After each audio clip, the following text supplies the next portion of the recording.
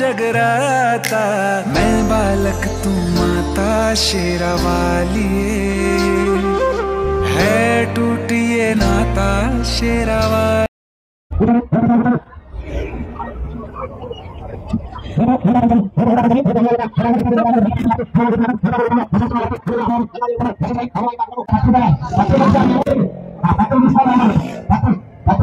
హిందూ వాహిని అమ్మవారి దగ్గరికి వచ్చినాము.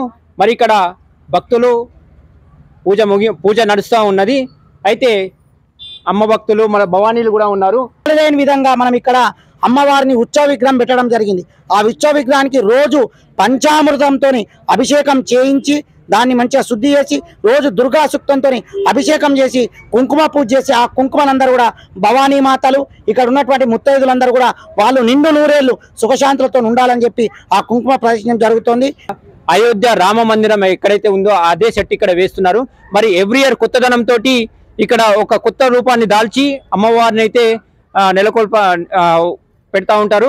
అయితే ఇక్కడ భక్తులు కూడా ప్రత్యేకత ఏంటి అంటే ఉత్సవ విగ్రహం మనము ఇక్కడ చూస్తున్నట్లయితే ఉత్సవ విగ్రహం ఉంది. ఆ విగ్రహాన్ని కూడా అక్కడ కుంకుమార్చన చేసి ప్రతి ఒక్కరూ చల్లగా ఉండాలి, సుఖశాంతులతో ఉండాలి అని చెప్పేసి వీళ్ళు మంచి పూజ చేసి అందరికి అందిస్తూ ఉంటారు. మరి ఇక్కడ వచ్చిన భక్తులు కూడా సంతోషంగా ఉన్నారు. వీళ్ళని చూస్తూ ఉంటే ఏమనిపిస్తుంది అంటే మంచి ఆనందంగా సంతోషంగా అమ్మవారి ఆశీస్సులు మాకు అందరికీ మా ఫ్యామిలీకి ఉండాలని చెప్పేసి అందరి కళ్ళలో ఒక ఈ భక్తి ఆనందము భక్తి కనిపిస్తున్నది. మరి వాళ్ళని కూడా మనము ఒక 2 minutes లో అందరినీ మాట్లాడే ప్రయత్నం చేద్దాము. ఓకే, పేరు చెప్పండి. నా పేరు స్వామి అండి.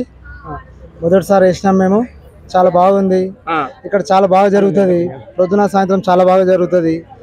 బ్రహ్మాండంగా జనం కూడా బాగానే వస్తారు. ప్రతి వాళ్ళు కూడా వచ్చిన వాళ్ళు కూడా మళ్ళీ మళ్ళీ వస్తున్నారు. చాలా బాగా జరుగుతున్నది. అయితే ఇప్పుడు అమ్మవారి ఇక్కడ మన అమ్మవారి పూజలు చేయాలన్నా కానీ కూడా తర్వాత మనం మండపం పెట్టాలన్నా కానీ కూడా ఖర్చుతో కూడుకున్న పని. మరి విగ్రహదాత ఎవరైనా ఉన్నారా? ఉన్నారండి, విగ్రహదాత. మీరేనా విగ్రహదాత? చెప్పండి, ఈసారి ఇప్పించినా మీరు ఫస్ట్ టైం? ఈసారి నేను ఇప్పించినాం. ఈసారి మా మిత్రుడు నేను ఇద్దరం కలిసి ఇప్పియాలన్న ఆలోచన. మీ మిత్రుడి పేరు? నా పేరు దేవేందర్, మా మిత్రుడు పేరు ఎల్లంకి రాజశేఖర్. మీ దోస్తు పేరా? మా దోస్తు పేరు. మిత్రుడు అంటే మేము ఆంధ్రాలో ఉన్నాం అనుకుంటాం, ఒకటేసారి దోస్తే కదా.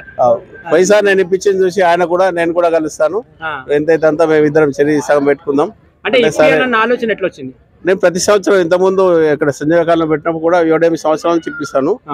ఇక ఇక్కడ వచ్చిన తర్వాత మళ్ళీ ఇక్కడ అపార్ట్మెంట్ లో ఇల్లు కట్టినాం. కట్టుకున్న తర్వాత 2 సంవత్సరాల నుంచి ఇక మళ్ళీ మేము ఇప్పిస్తున్నాం.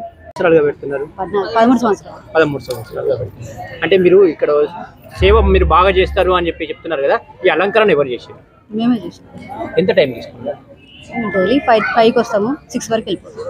5కి వచ్చి 6కి వెళ్ళిపోతాం. 1 అవర్లో అయిపోతుందా?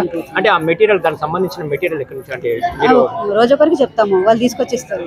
ఒక రోజు ముందే ప్లాన్ చేసుకుంటారా ఇట్లా చేయాలని, లేదంటే స్పాట్ లో వచ్చిన తర్వాత? ఒక రోజు ముందే ప్లాన్ చేసుకుంటాం. మీకు ఎవరు అంటే సాయం చేస్తూ ఉంటారు? అంటే ఒకరితోటి కాదు కదా. అంటే అంజలి